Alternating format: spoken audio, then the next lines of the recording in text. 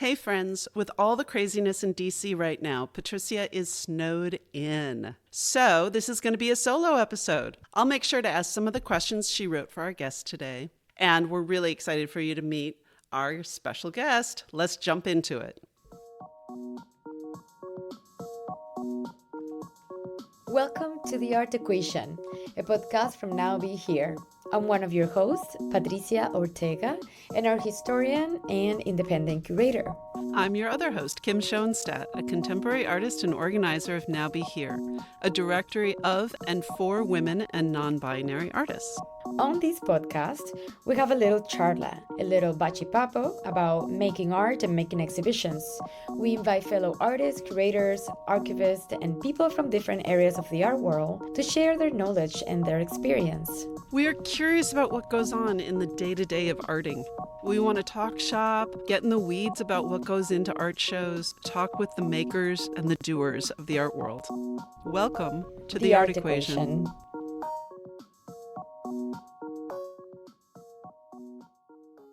We're back with the Getty.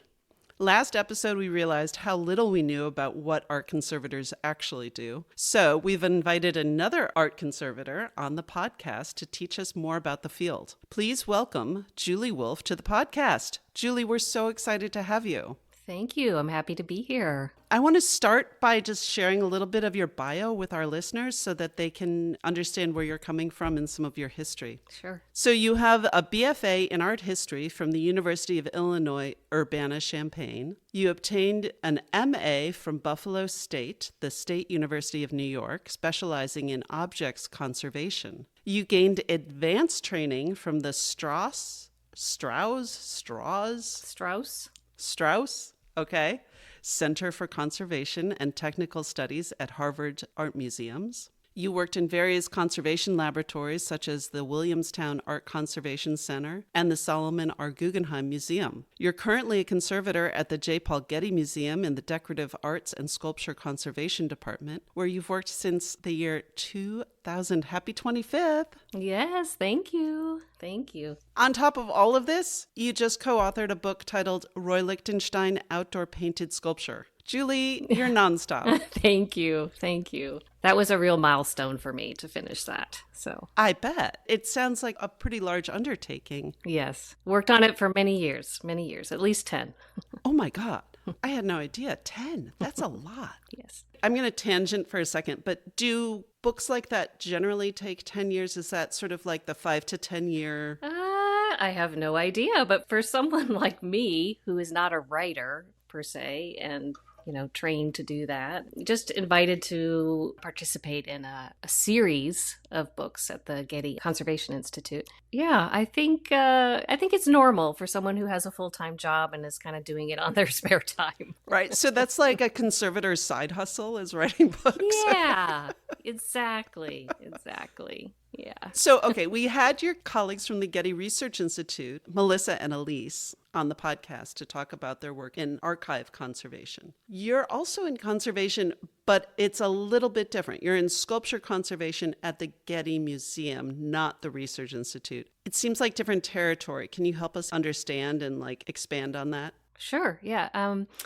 It's kind of almost the same thing. We're all conservators. We've been trained in the same way. There aren't a whole lot of conservation training programs, so we all kind of come from the same background and training. But each institute at the Getty have their own kind of mission statements, and with the Getty Research Institute, of course, they're taking care of the archives and the library, so they have a different focus, and they really focus on giving access to the public. But the museum, we're really focused on the collection that was built up by J. Paul Getty. And so it's really focused on one collection. It's also a museum setting, so it's very active with new acquisitions, exhibitions, and really a lot of just collections care focused on, in my department, the decorative arts and sculpture. Oh, that's really interesting. Wait, so what does a typical day look like? Oh, it's always varied. So it depends on the schedule. We spend a lot of time preparing for exhibitions. And as a conservator, I work with a large team in the museum. We collaborate with the registrars, the designers, the curators, all to review the lists of objects that we're borrowing, help negotiate with lenders on bringing things, maybe even help advise with shipping. So a lot of work goes into just keeping focused on what objects are going to be coming to the museum for display and coming up with just a plan of action for when they arrive. One of the things about sculpture conservation is that I have to be familiar with a broad range of materials and object types. So I'll work from anything from like a piece of glass to terracotta to gilt silver, and so it's a huge array of different materials that I have to be ready to work with. Actually, one of the exciting things about exhibitions is that we never know what's coming and it's always something new. So half the time I will be familiar with what is coming and feel comfortable. And then another half of the time I will not and have to do a lot of research and figure things out. Is there a lot of collaboration then between conservators? Like if you're tasked with an object that you're less familiar with, do you then reach out to other conservators who are more specialists on that? Oh, absolutely. Especially if, say, a museum that we're borrowing from has a conservator. There's a lot of direct back and forth on ways to handle things. What kind of climate does it need to have? Does it need some sort of special lighting concerns and things like that? So yeah, there's a lot of collaboration with other conservators as well. Do you ever have a moment when you have two objects in the show and one object is like super cool with heavy light and the other object really needs to be dim, but by dimming the lights, it's hard to see the other object? Absolutely. That is a huge challenge. That sounds like a nightmare. It is. It really is. Because then you have like the exhibition designers who are like, wait, these two look fantastic next to each other. Yes, exactly. Right. And then the conservator might say, nope, can't do it. Yeah, we have to consider those questions like right at the very beginning before we even borrow things, because we have to make sure that it's viable. I remember like one of the more recent shows that I worked on at the Getty was the Camille Claudel exhibition. And we borrowed, hundreds of her works. Oh, wow. And they were all of a medium, like either bronze or stone or plaster. And none of them really had light restrictions. So it just made everything so easy as far as display. Like the curators could really just put anything anywhere. And we even opened up the skylights, which we rarely get to do. And that's just so rare. That never happens. It was kind of divine, actually. Oh, I didn't even think about that. Yeah, having to really, you can't put a manuscript, like a medieval manuscript, next to a bronze sculpture and expect to have the same lighting conditions. That's interesting.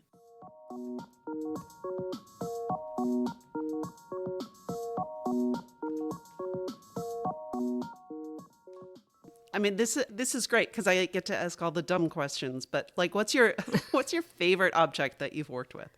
Oh my gosh, can I say everything? Yeah.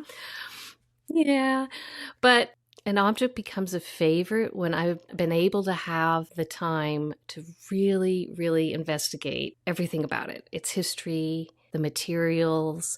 I do have to say that working on Roy Lichtenstein's 3 brushstrokes at the Getty was one of my favorites because, it was new to the collection. It was part of the Fran and Ray Stark sculpture collection that was donated in 2007. And so the Getty suddenly had this outdoor sculpture collection that we had to suddenly integrate with the gardens in a relatively short period of time. And I think my eye was drawn to the 3 brushstrokes because of the fact that in just the initial research on it, knowing that it was going outside, it had a painted surface, how are we going to maintain that? I contacted the foundation. And from there, it just kind of led me to one thing and another. And speaking with the artist assistant, who was still active with the estate, was able to interview and find out all of these the nitty gritty about how Roy applied paint to his outdoor works and what was important to him, what was the critical requirements of getting the color correct for his works outdoors. It just became not only just interesting and sort of a deep dive into looking at the artist and his studio practice, but I also realized it was topical because the artist's assistant, James de Pasquale, he was probably getting ready to retire at some point, and it was a time when I could actually take advantage of him still being really willing to speak with me and to capture all that information that actually, if I hadn't have done that, I think a lot of it would be lost right now. Oh, interesting. And it was the sort of thing that I think art historians had written about his works, artists knew about his work, but coming from a conservator's perspective, I was asking a lot more questions that are more nuanced that can actually help us with the future care and preservation of his works. And so I think that's why it just became my favorite. I just felt like I put so much into it. I mean, a book. Well, that too. Right. And the sculpture that you're talking about, that's on the cover of the book. Actually, it's not. It's not. So that's a different that's a brushstroke. different one. Right. Oh my God. How many brushstrokes did he make? Oh, quite a few. So maybe like a whole 20, series. A series. Yeah. That's amazing. Yeah. But wait a second. So do you ever have to like remove the paint and then repaint it?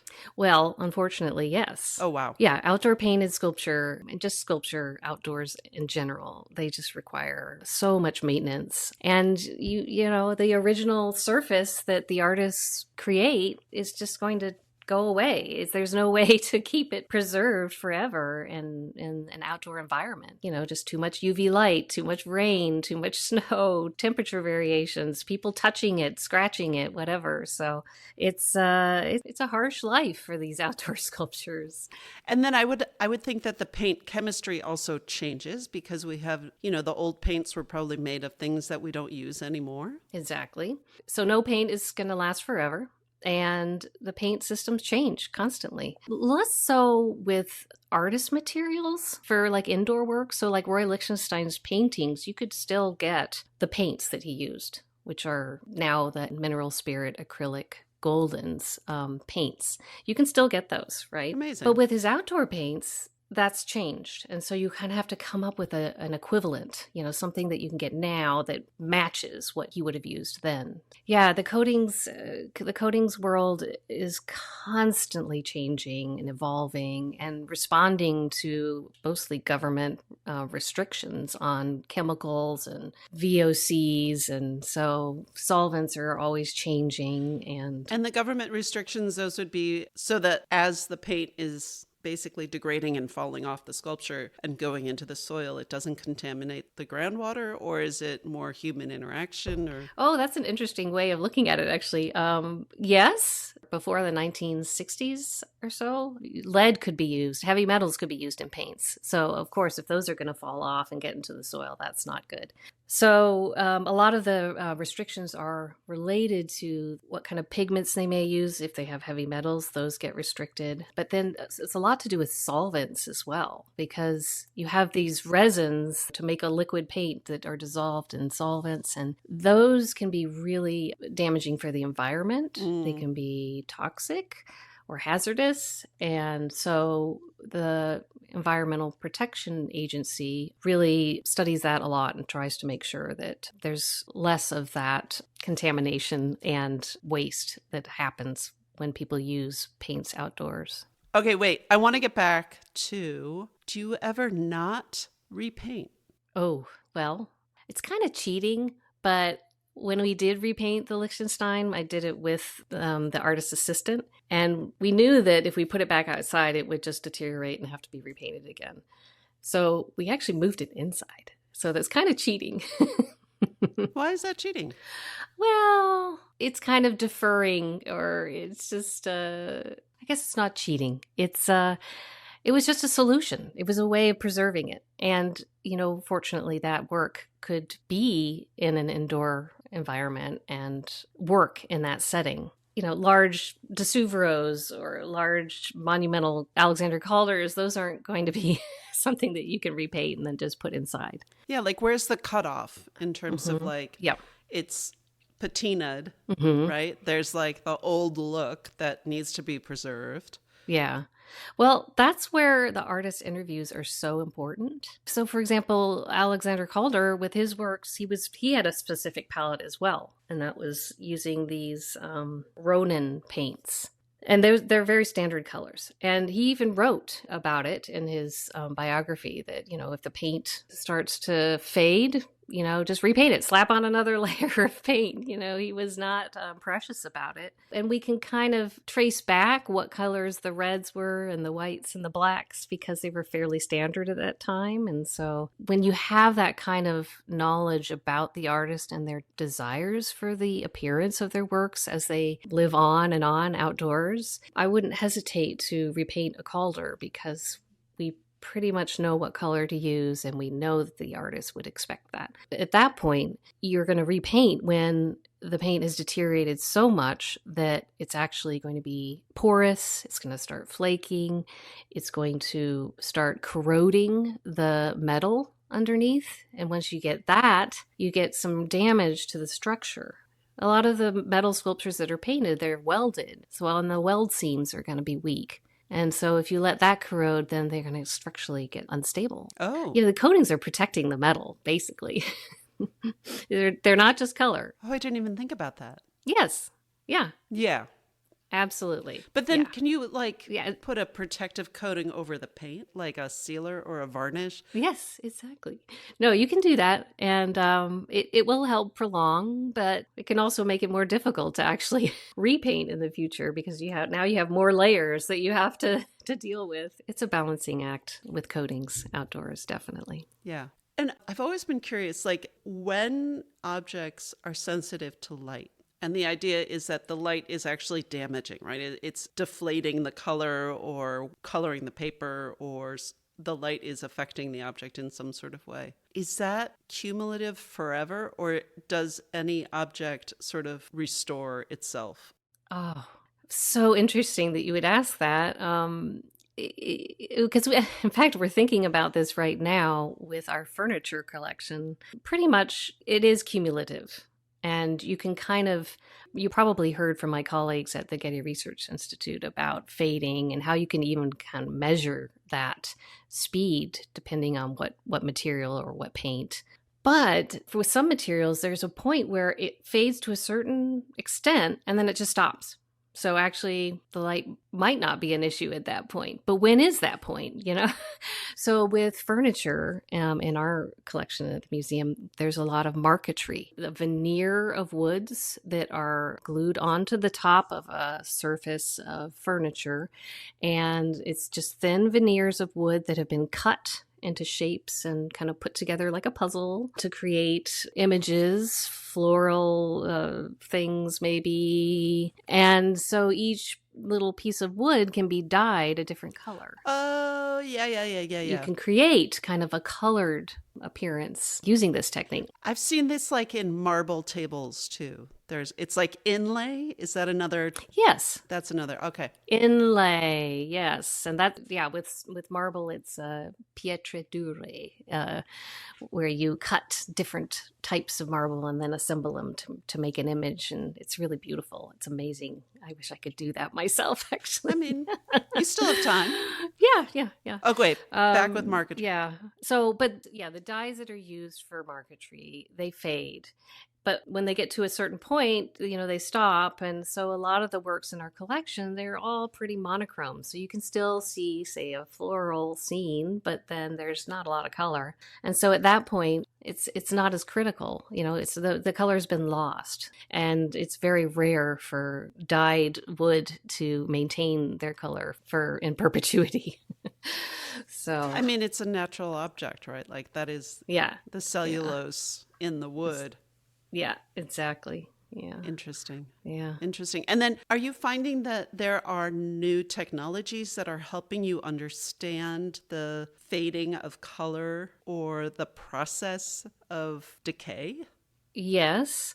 It's not something that is my specialty, but I know that in particular paintings, paintings, but also paper conservators spend a lot of time using microphaedometry. It's a technique that is used where you're kind of testing with just a tiny laser point of light, the speed of fading on an object. And then you're able to then calculate how long it'll be until it fades. And I don't use this technique myself very often, but it can be used. We have used it on our collection of tapestries at the museum because the colors there, in particular the reds, will fade. And so the question is, well, is there, in our collection, have they faded to what they're going to, or are they going to continue? We can actually do that microphaedometry in different parts of the tapestry and just get a better idea of what's happening. It's not easy, but it is something it's a tool that conservators have. Is temperature also a tool? Like how you store the object? I think if you were going to pick anything, it would be cold. So, with temperature, you're going to have more chemical reactions and things like that. So, yeah, I mean, photographs at the Getty Museum are stored in pretty much a room that's a freezer, it feels like. So low temperatures and lower humidity in the air. So we definitely have different kind of environments for different types of works. I work with marbles, and that's going to be less sensitive to temperature and humidity. So that really, and light. So, but marbles are definitely more sensitive to our fingers groping them. They are. They can get dirty and stained from that. Definitely. And a lot of my work is actually cleaning marbles that do get handled too much. Interesting.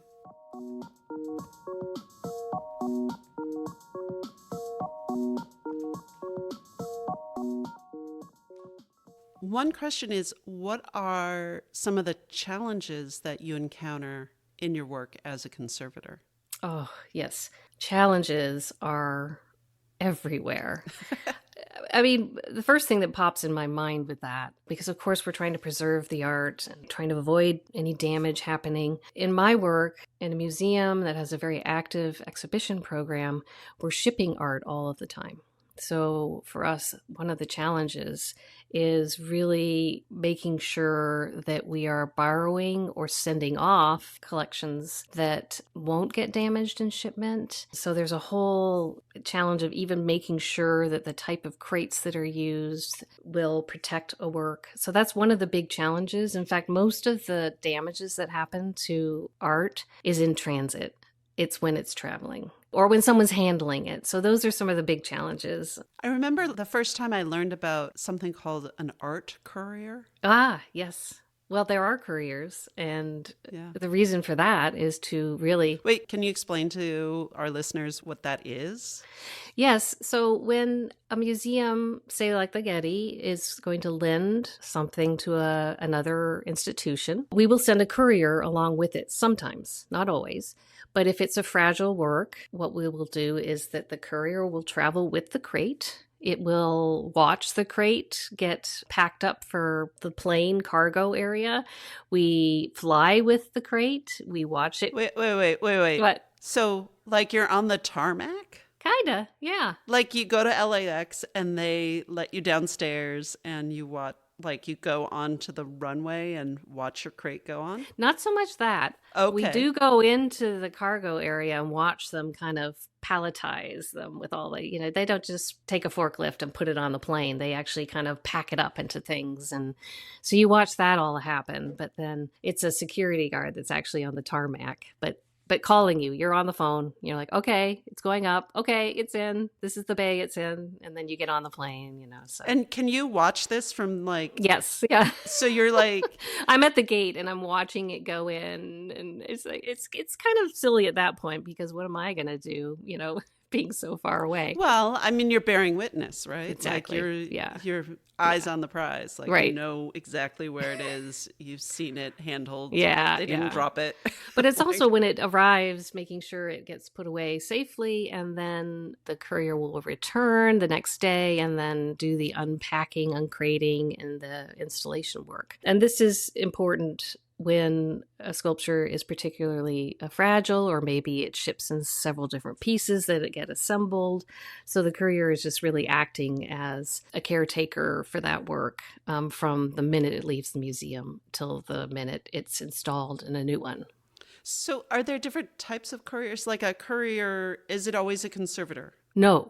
Absolutely not. Sometimes it's an art handler. Other times it could be a curator. It varies. And I think the people that do it the most in museums are the registrars. Yeah, it could be several different types of specialties that go out and do that. That's so fascinating. I mean, it always blows my mind how many people are involved in exhibitions. Like when I go to a museum and I see a show, I'm just walking through and I'm like, oh my God, that's so cool. And look at this and look at this. And now like really digging in and finding out all of these different parts involved just for like the care and maintenance of one object. It's pretty amazing. Yeah, no, it's true. And I think you said in your first episode, Kim, that installations for you as an artist are exhausting mentally, physically, right? Yeah. And so same with me as a conservator, when we're installing, it's exhausting. There's so much to consider. There's so much work, and it's just constant go, go, go. But then the result is just something amazing that visitors can come see, and they don't have to know how it happened. They just see it for what it is, and it's really rewarding for that.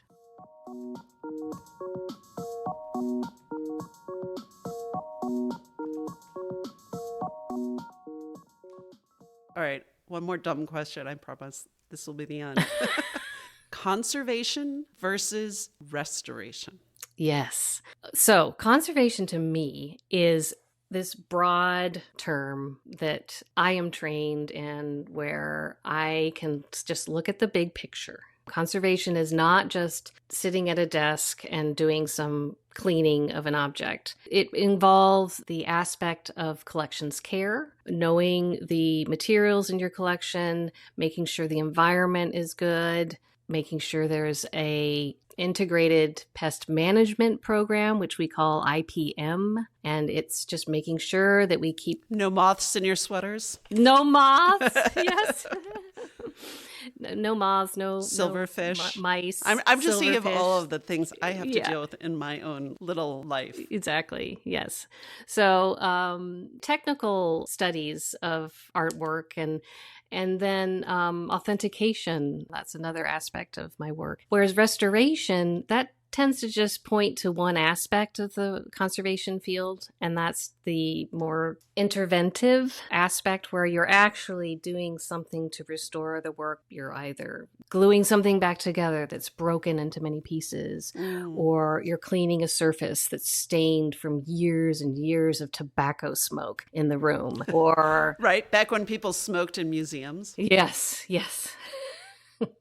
So it's really more of a, making a change somehow to the work to either improve its appearance, restore its appearance. And that whole area is another big challenge as well, is knowing how far to go, knowing if you're misinterpreting maybe the artist's wishes or intent and going too far.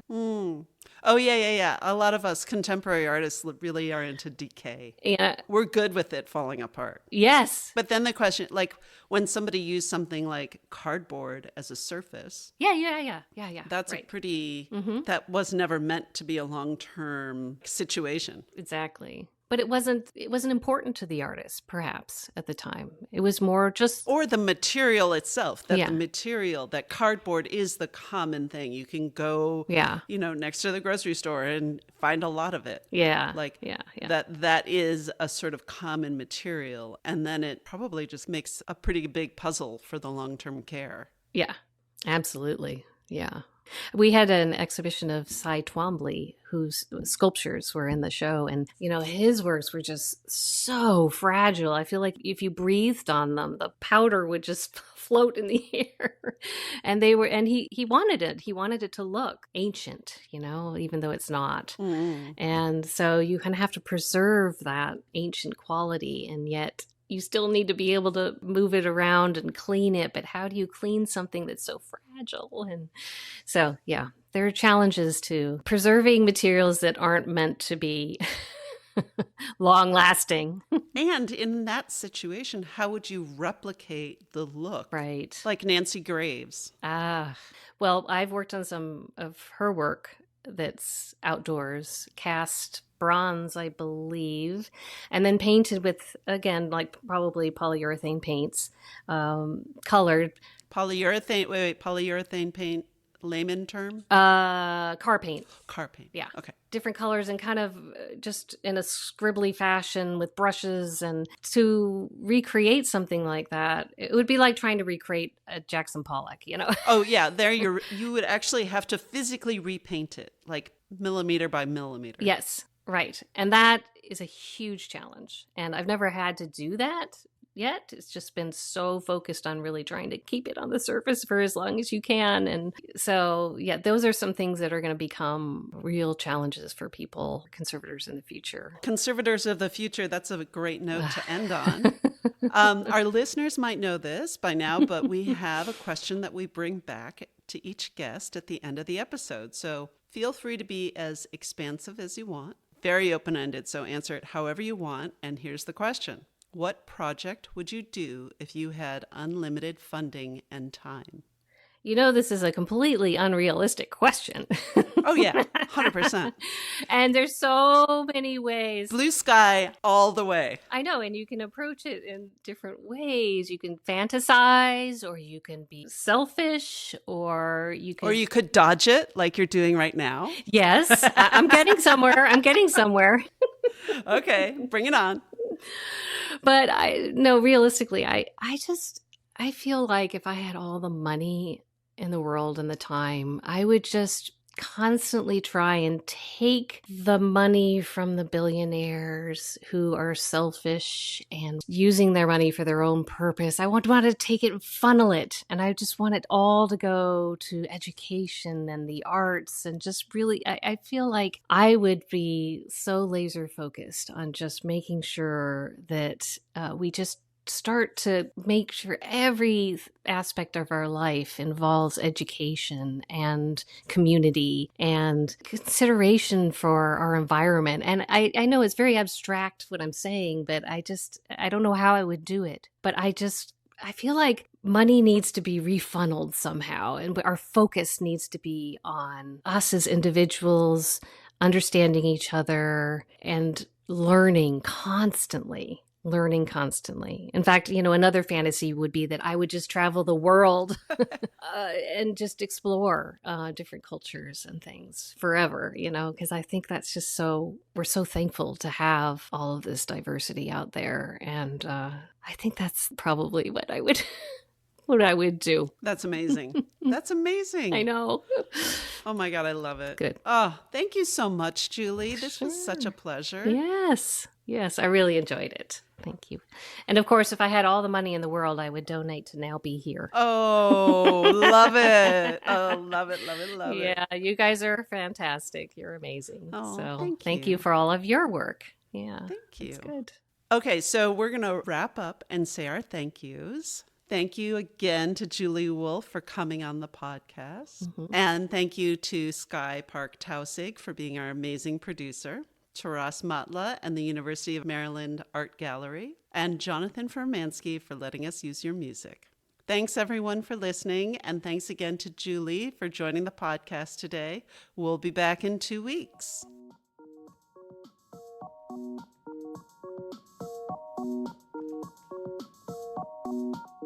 We are The Art Equation.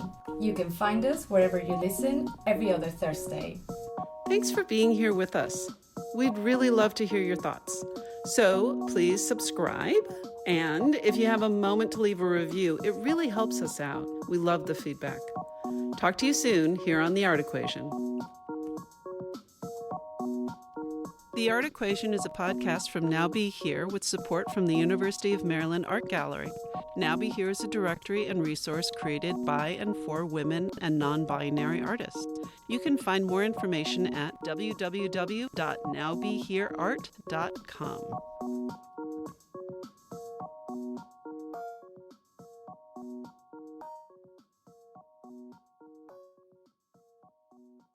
Oh, you really want me to like really talk like and blah blah blah blah Yeah, like blah blah blah blah blahs. blah blah blah blah blah blah Blah blah blah. That was I feel perfect. like this is reminding me of my gig days where you're testing a microphone and Oh my God. I always remember? forget that you're like a retired rock star. oh, that sounds so lovely. Yes. Among all the hats you wear. Oh my God. So now we have some more steps in instruction. You mean beyond like go to this website and cross your fingers and clap for Tinkerbell? Like, right. Sometimes that just doesn't work. Tink really let us down. I know.